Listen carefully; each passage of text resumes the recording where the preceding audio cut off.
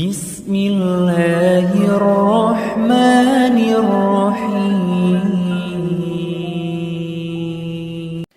Kisah orang dulu ditampilkan dalam Al-Quran, diceritakan tentang Fir'aun, dikabarkan tentang Qarun, disampaikan tentang istri-istri yang durhaka pada suaminya, bahkan ada di antara mereka istri-istri Rasul. Juga ditampilkan istri-istri yang berbaik kepada suaminya, bahkan ada di antara mereka yang menjadi bagian dari keluarga yang sangat zalim.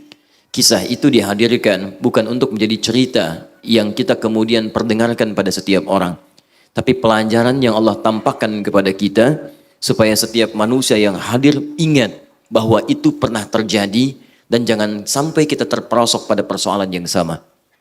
Dulu pernah ada hati yang punya kemampuan seperti Thamud dan Ad.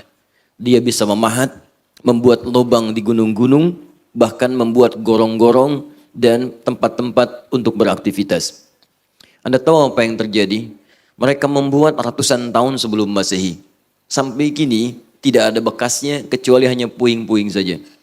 Ditampilkan itu dan saya sempat masuk ke dalamnya, bagaimana menyaksikan tatanan yang luar biasa. Dapurnya, tempat istirahatnya, tempat ibadahnya dan sebagainya.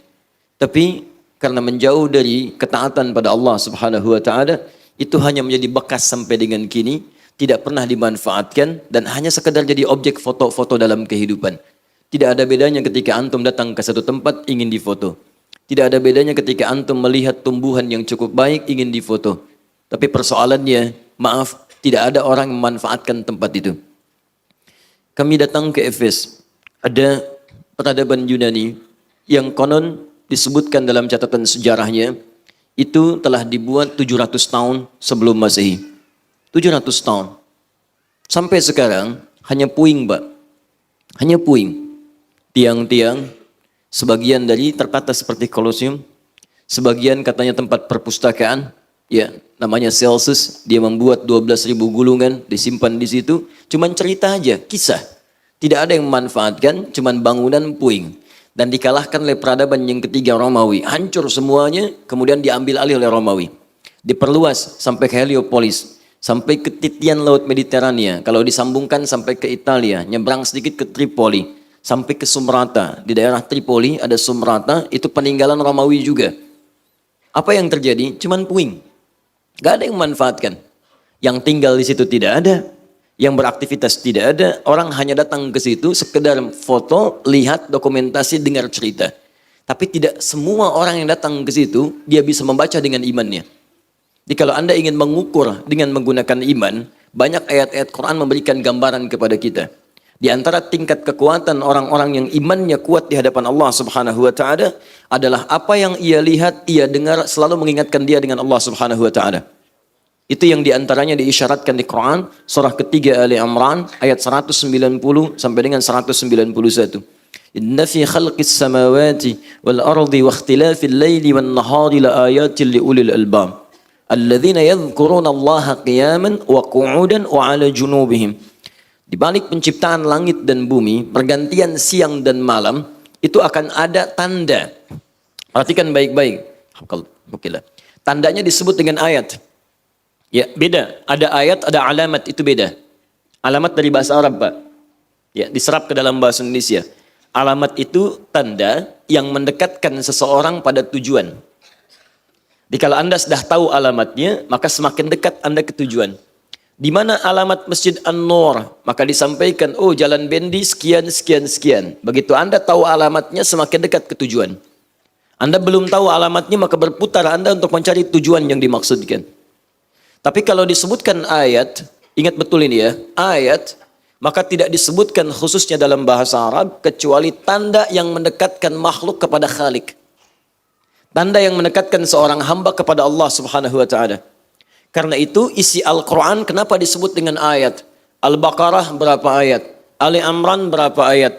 Karena setiap Anda baca Al-Quran menjadi semakin dekat Anda dengan Allah Subhanahu wa ta'ala. Tidak percaya silakan. Ibu berwudu, buka mushaf, baca Al-Quran. Akan ada suasana hati tersendiri. Seakan-akan ada kedekatan yang berbeda antara kita dengan Allah Subhanahu wa ta'ala. Bahkan nanti ada orang yang mendengar ayat saja dibacakan, itu bertambah keimanannya, semakin terbangun tawakalnya kepada Allah Subhanahu wa taala. Quran surah ke-8 ayat yang kedua. Wa idza tuliyat 'alaihim ayatuhu zadatuhum imana wa 'ala rabbihim yatawakkalun. Ada orang-orang yang kalau dibacakan ayat Quran kepadanya, imannya bertambah. Ada yang menangis, ada yang terharu, ada yang bergetar, wa 'ala rabbihim yatawakkalun, dan semakin dekat hubungan tawakalnya dengan Allah Subhanahu wa taala. Dekat. Ya, dan yang paling menarik, nanti Allah tidak sekedar menghadirkan kedekatan lewat ayat-ayat yang tertulis. Allah menghadirkan bentangan kehidupan yang dengan semua penampakan di langit, di bumi, darat, laut, udara, dihadirkan tanda-tanda kebesaran Allah untuk menafsirkan tanda-tanda yang tertulis dalam Al-Quran. Nah, orang yang imannya kuat, semakin dekat dengan Allah, maka tanda-tanda alam yang dia lihat ini akan langsung menghujam dalam jiwanya dan memberikan gambaran kedekatannya dengan Allah Subhanahu wa taala. Allah ciptakan tanda di alam untuk menafsirkan secara langsung tanda-tanda dalam Al-Quran. Maka ditafsirkanlah Ali Imran ayat 190 dan 191 tadi, buka di Fussilat Quran surah 41 ayat 53. Sanurihim ayatina fil afaqi wa fi anfusihim hatta yatabayyana lahum annahul haq.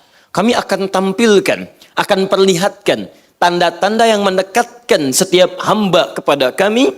Lihat, fil afaq, di seluruh semesta, darat, laut, udara, di luar bumi dan sebagainya. Jadi begitu antum lihat, mohon izin, maaf, ya, kalau ingin ukur tingkat keimanan kita, coba malam lihat ke langit. Begitu lihat bintang, kalau Anda hanya merasakan kekaguman melihat bulan yang bulat di hari-hari ini, bagus ya bulan, standar. Ya, standar. Tapi kalau Anda sudah berkata, Masya Allah, begitu indah ciptaan Allah, menjadikan rembulan begitu bulat sempurna sinarnya. Keimanan Anda luar biasa di situ. Lihat bintang, ingat Allah. Lihat bulan, ingat Allah. Nah, ada di antara tempat-tempat yang Allah tetapkan menjadi sinyal kehidupan bagi setiap masa, di situ ujian keimanan kita. Maka difirmankan, siru fil ardi fanzuru kaifa kana akibatul mukadzibin. Jalan-jalanlah, silahkan jalan-jalan di muka bumi. Ini jalan-jalan itu sunnah, Bu. Pak, nggak pakai sunnah. Ya, sunnah. Silahkan jalan-jalan. Tapi jalan-jalan seperti apa yang sunnah? Harus diteruskan. Boleh silahkan. Kalau Anda ingin jalan-jalan silahkan. Tapi lihat kalimat Qur'annya. Fanzuru kaifa kana akibatul mukadzibin. Silahkan jalan-jalan, tapi cari tempat-tempat yang bisa menguatkan iman.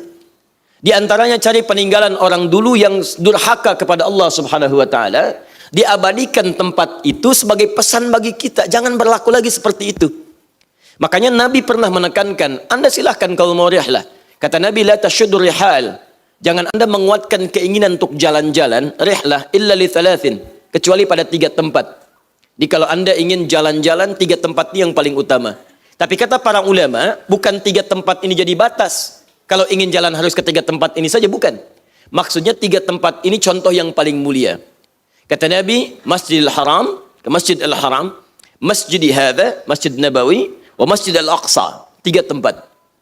Kata para ulama, kita boleh melihat batasan masjidnya, tapi yang paling penting adalah lihat sinyal di hadis itu, membahas secara ma'nawi. Kenapa diarahkan ke 3 tempat itu? Karena hanya 3 tempat itu ketika kita hadir di dalamnya, iman kita meningkat kepada Allah Subhanahu wa taala. Maka hadis itu kata para ulama hadis adalah analogi. Kalau Anda ingin jalan-jalan ke beberapa tempat, silahkan investasikan dana yang Anda dapatkan dari Allah Subhanahu wa taala sebagai titipan, tempat-tempat yang bermanfaat yang bisa meningkatkan iman. Jadi kalau Anda silahkan, ya, ada waktu untuk luang jalan, untuk refreshing, nggak ada masalah, tapi cari tempat yang bisa menguatkan iman. Kalau ke tempat-tempat yang tidak ada manfaatnya, untuk apa? Ya, Anda habis tenaga, habis waktu, habis dana dan sebagainya.